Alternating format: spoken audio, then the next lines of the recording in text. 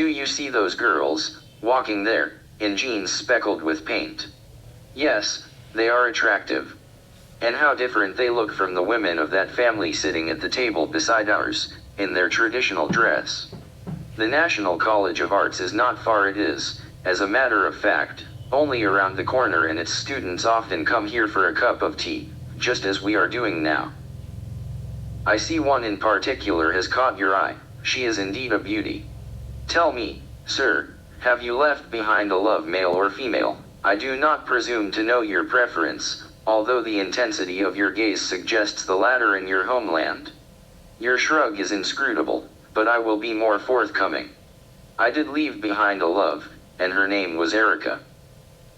We met the summer after we graduated, part of a group of Princetonians who had decided to holiday together in Greece.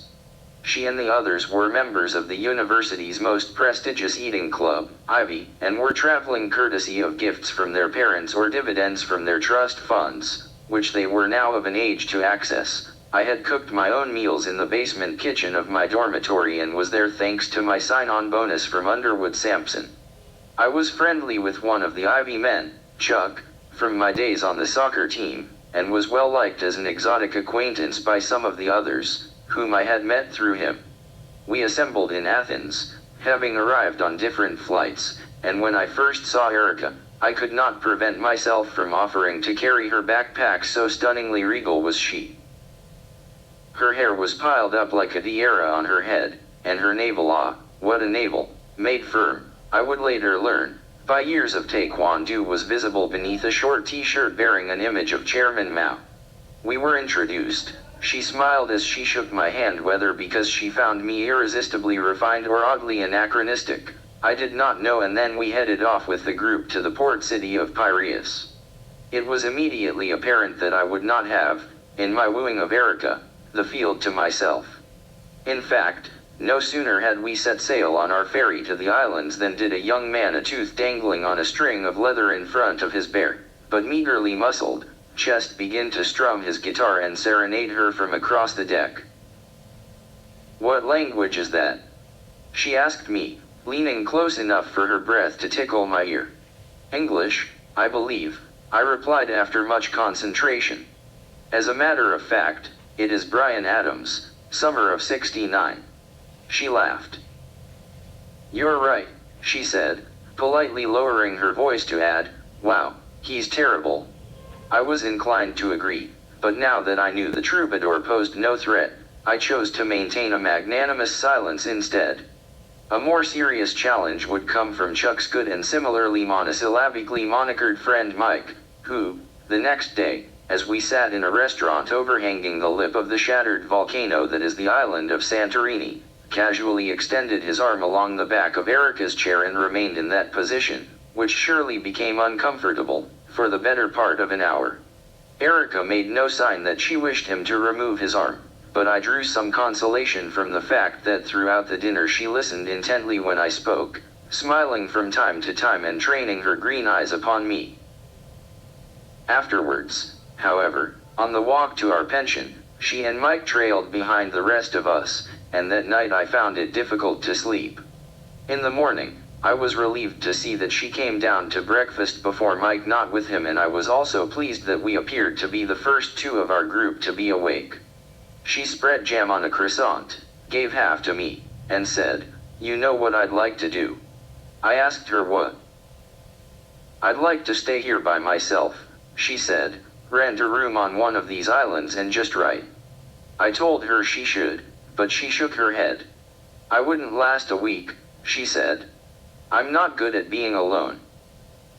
But you, on the other hand," and here she tilted her head and crossed her arms, "I think you'd be fine."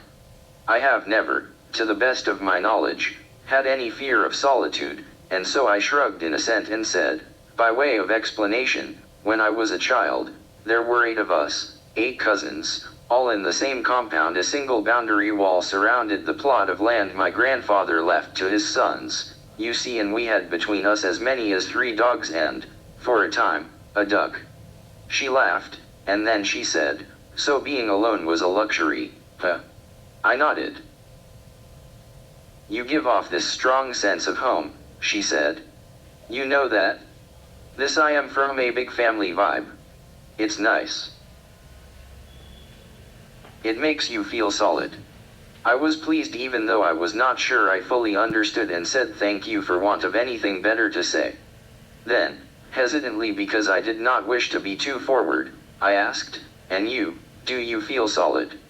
She considered this and said, with what I thought was a trace of sadness in her voice, sometimes, but no, not really.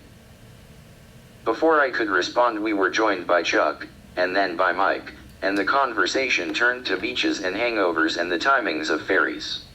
But when I looked at Erica and she looked back at me, I felt we both understood that something had been exchanged between us, the first invitation to a friendship, perhaps, and so I waited patiently for an opportunity to resume our discussion. Such an opportunity would not come for quite some time, not until several days later, as a matter of fact. You might imagine I grew frustrated with the wait, but you must remember, I had never in my life had a vacation like this one.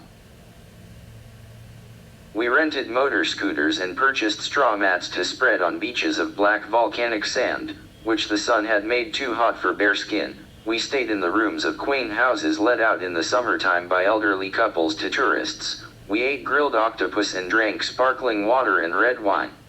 I had not before this been to Europe or even swum in the sea. Lahore is, as you know, a 90-minute journey by air from the coast, and so I gave in to the pleasures of being among this wealthy young fellowship. I will admit that there were details which annoyed me.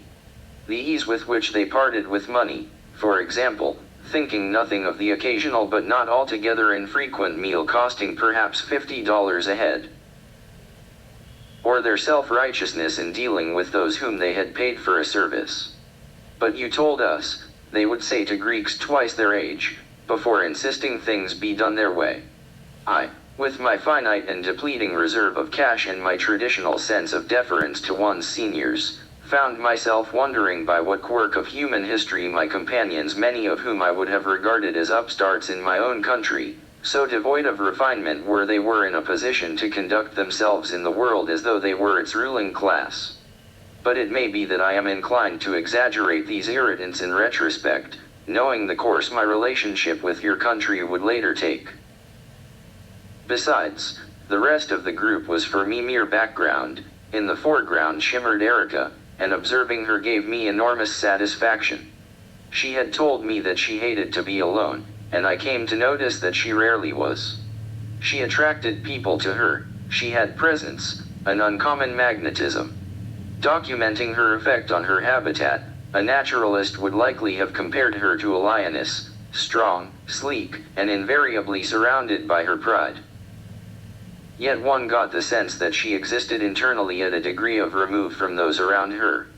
Not that she was aloof, she was, in fact, friendly in disposition. But one felt that some part of her, and this, perhaps, was a not insubstantial component of her appeal, was out of reach, lost in thoughts unsaid. Suffice it to say that in relationship to the contemporary female icons of your country, she belonged more to the camp of Paltrow than to that of Spears. But my cultural reference has fallen on deaf ears. You appear distracted, sir. Those pretty girls from the National College of Arts have clearly recaptured your attention. Or are you watching that man, the one with the beard far longer than mine, who has stopped to stand beside them? You think he will scold them for the inappropriateness of their dress, their t-shirts and jeans? I suspect not. Those girls seem comfortable in this area and are likely to come here often, while he looks out of place. Moreover, among the many rules that govern the bazaars of Lahore is this: if a woman is harassed by a man, she has the right to appeal to the brotherly instincts of the mob, and the mob is known to beat men who annoy their sisters. There, sir, you see? He has moved on. He was merely staring at something he found intriguing, much as you are, but in your case, of course, with considerably more discretion. As for myself, that summer in Greece with Erica, I tried not to stare. But towards the end of our holiday, on the island of Rhodes, I could not help myself. You have not been to Rhodes? You must go. It seemed to me unlike the other islands we had visited. Its cities were fortified, protected by ancient castles. They guarded against the Turks, much like the army and navy and air force of modern Greece, part of a wall against the east that still stands. How strange it was for me to think I grew up on the other side. But that is neither here nor there. I was telling you about the moment when I was forced to stare. We were lying on the beach, and many of the European women nearby were, as usual, sunbathing topless, a practice I wholeheartedly supported, but which the women among us Princetonians, unfortunately, had thus far failed to embrace when I noticed Erica was unteeing the straps of her bikini. And then, as I watched, only an arm's length away, she bared her breasts to the sun. A moment later, no, you are right, I am being dishonest. It was more than a moment. She turned her head to the side and saw me staring at her. A number of possible alternatives presented themselves. I could suddenly avert my eyes, thereby proving not only that I had been staring but that I was uncomfortable with her nudity. I could, after a brief pause, casually move my gaze away, as though the sight of her breasts had been the most natural thing in the world. I could keep staring, honestly communicating in this way my admiration for what she had revealed, or I could, through well-timed literary allusion, draw her attention to the fact that there was a passage in Mr. Palomar that captured perfectly my dilemma. But I did none of these things. Instead, I blushed and said, "Hello." She smiled with uncharacteristic shyness, it seemed to me, and replied, "Hi." I nodded, tried to think of something else to say, failed, and said, "Hello," again. As soon as I had done this, I wanted to disappear. I knew I sounded unbelievably foolish. She started to laugh, her small breasts bouncing, and said, "I'm going for a swim." But then, as she walked away, she half turned and added, "You want to come?" I followed her, watching the muscles of her lower back tense delicately to stabilize her spine. We reached the water. It was warm and perfectly clear, round pebbles and the flash of little fish visible below the surface. We slipped inside. She swam out into the bay with powerful strokes, and then she treaded water until I had caught up with her. For a time we were both silent, and I felt our slippery legs graze each other as we churned the sea. "I don't think," she said finally, "I've ever met someone our age as polite as you." "Polite?" I said, less than radiant with joy. She smiled. "I don't mean it that way," she said. "Not boring polite. Respectful polite. You give people their space. I really like that. It's unusual." We continued bobbing face to face, and I formed the impression that she was waiting for me to say something in reply, but words had abandoned me. Instead, my thoughts were engaged in a struggle to maintain a facial expression that would not appear idiotic. She turned and began to swim back to shore, keeping her head above water. I pulled alongside and, claiming victory at last over my cowering tongue, said, "Shall we return to town for a drink?" To which she replied, with a raised eyebrow and in an accent not normally her own, "I would be delighted to do so, sir." On the beach she put on a shirt, a gentleman's shirt, I still remember, blue and fraying at the tips of the collar, and stuffed her towel and bikini top into a bag. None of our companions wanted to join us, there being at least another hour of tan-inducing sunlight remaining in the day, and so we too made our way to the road and caught a bus. As we sat side by side, I could not help but notice that her bare leg was less than an inch from where I was resting my hand on my thigh. It is remarkable, how being in Pakistan heightens one's sensitivity to the sight of a woman's body. Do you not agree? That bearded man who even now, sir, continues from time to time to attract your wary gaze is himself unable to stop glancing over his shoulder at those girls, 50 yards away from him. Yet they are exposing only the flesh of the neck, the face, and the lower 3/4 of the arm. It is the effect of scarcity. One's rules of propriety make one thirst for the improper. Moreover, once sensitized in this manner, one numbs only slowly, if at all, I had by the summer of my trip to Greece spent 4 years in America already and had experienced all the intimacies college students commonly experience, but still I remained acutely aware of visible female skin.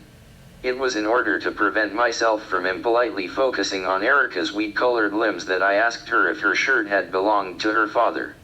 "No," she said, rubbing the fabric between her thumb and forefinger, "it was my boyfriend's." "Ah," I said, "I did not know you had a boyfriend." "He died last year," she said. "His name was Chris." I said I was sorry and told her that it was a fine shirt. Chris had excellent taste. She agreed, saying that he had been quite the dandy, and rather vain even in hospital.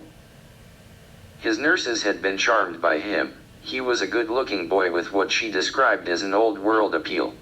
Arriving in town, we found a cafe near the harbor with tables shaded by blue and white umbrellas. She ordered a beer. I did the same. "So what's Pakistan like?" she asked. I told her Pakistan was many things, from seaside to desert to farmland stretched between rivers and canals. I told her that I had driven with my parents and my brother to China on the Karakoram highway, passing along the bottoms of valleys higher than the tops of the Alps. I told her that alcohol was illegal for Muslims to buy, and so I had a Christian bootlegger who delivered booze to my house in a Suzuki pickup. She listened to me speak with a series of smiles, as though she were sipping at my descriptions and finding them to her taste. Then she said, "You miss home?" I shrugged. I often did miss home, but in that moment I was content to be where I was. She took out her notebook. It was bound with soft, orange leather. I had previously seen her scribbling in it during moments of repose, and passing it to me with a pencil said, "What does your writing look like?" I said, "Urdu is similar to Arabic, but we have more letters." She said, "Show me," and so I did. "It's beautiful," she said, meeting my eyes. "What's it mean?" "This is your name," I replied, "and this, underneath, is mine." We stayed at our table, talking as the sun set, and she told me about Chris. They had grown up together in facing apartments, children the same age with no siblings, and were best friends well before their first kiss, which happened when they were 6 but was not repeated until they were 15. He had a collection of European comic books with which they were obsessed, and they used to spend hours at home reading them and making their own, Chris drawing, Erica writing. They were both admitted to Princeton, but he had not come because he was diagnosed with lung cancer. He had had one cigarette, she said with a smile, but only the day after he received the results of his biopsy, and she had made sure she never had classes on a Friday so she could spend 3 days a week in New York with him. He died 3 years later, at the end of the spring semester of her junior year. "So I kind of miss home, too," she said. "Except my home was a guy with long, skinny fingers." Later that evening, when we went out for dinner with the group, Erica chose the seat opposite mine. Chuck made all of us laugh with a series of uncanny impersonations. My mannerisms were, in my opinion, somewhat exaggerated, but the others were spot on, and then he went around the table and asked each of us to reveal our dream for what we would most like to be. When my turn came, I said I hoped one day to be the dictator of an Islamic republic with nuclear capability. The others appeared shocked, and I was forced to explain that I had been joking. Erica alone smiled. She seemed to understand my sense of humor. Erica said that she wanted to be a novelist. Her creative thesis had been a work of long fiction that had won an award at Princeton. She intended to revise it for submission to literary agents and would see how they responded. Normally, Erica spoke little of herself, and tonight, when she did so, it was in a slightly lowered voice and with her eyes often on me. I felt, despite the presence of our companions, whose attention, as always, she managed to capture, that she was sharing with me an intimacy, and this feeling grew stronger when, after observing me struggle, she helped me separate the flesh from the bones of my fish without my ask. Nothing physical happened between Erica and me in Greece. We did not so much as hold hands. But she gave me her number in New York, to which we were both returning, and she offered to help me settle in. For my part, I was content. I had struck up an acquaintance with a woman with whom I was well and truly smitten, and my excitement about the adventures my new life held for me had never been more pronounced. But what is that? Ah, your mobile phone. I have not previously seen its like. It is, I suspect, one of those models capable of communicating via satellite when no ground coverage is available. Will you not answer it? I assure you, sir, I will do my utmost to avoid eavesdropping on your conversation. But you are opting to write a text message instead. Very wise. Often a few words are more than sufficient. As for myself, I am quite happy to wait as you navigate the keys. After all, those girls from the National College of Arts have only just finished their tea, and the pleasure of their presence on this street will persist for a few moments longer before they disappear, as inevitably they must from view around that corner. 3. We locals treasure these last days of what passes for spring here in Lahore. The sun, although hot, has such a soothing effect. Or, I should say, it has such a soothing effect on us, for you, sir, continue to appear ill at ease. I hope you will not mind my saying so, but the frequency and purposefulness with which you glance about, a steady tick-tick-tick seeming to beat in your head as you move your gaze from one point to the next, brings to mind the behavior of an animal that has ventured too far from its lair and is now, in unfamiliar surroundings, uncertain whether it is predator or prey.